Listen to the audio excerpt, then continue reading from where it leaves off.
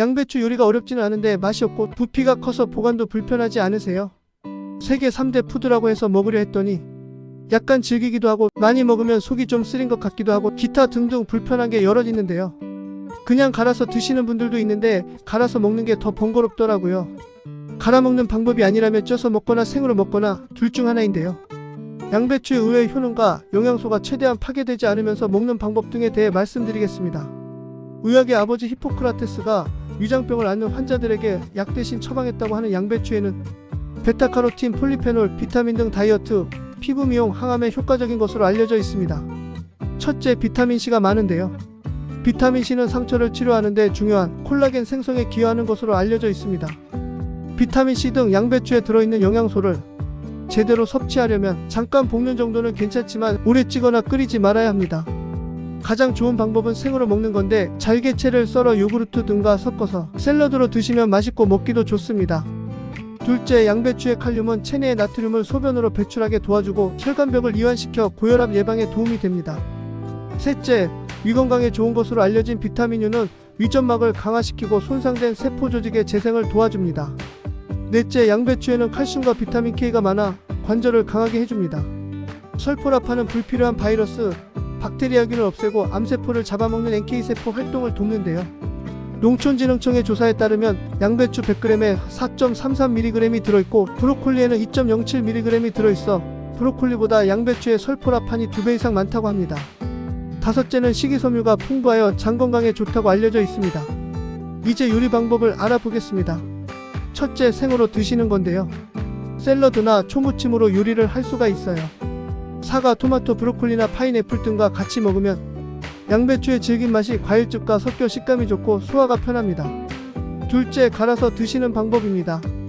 양배추 케일 주스, 양배추 토마토 주스, 양배추 사과 주스 등 양배추를 다른 과일 채소와 섞어 드시는 방법인데요.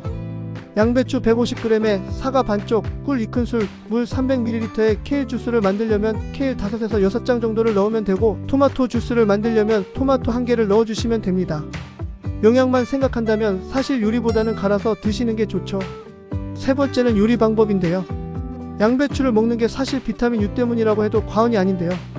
요리를 하면 비타민 U가 날아갈 수 있습니다.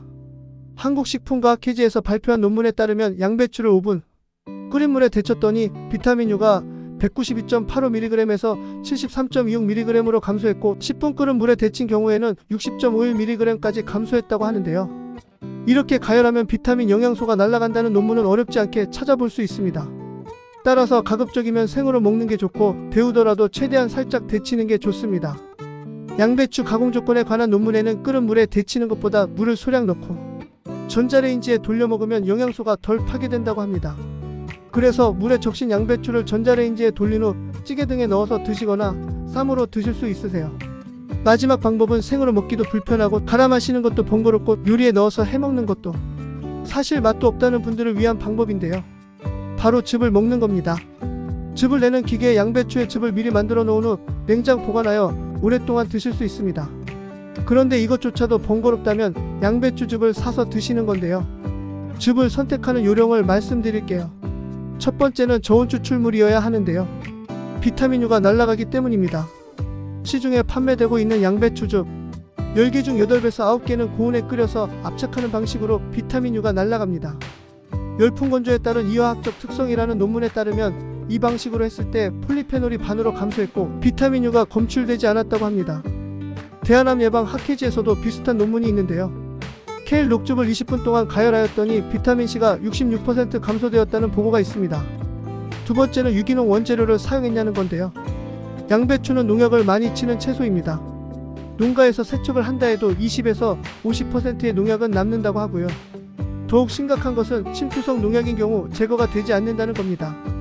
따라서 반드시 유기농을 드셔야 하세요. 세 번째는 효소 추출 방식인데요.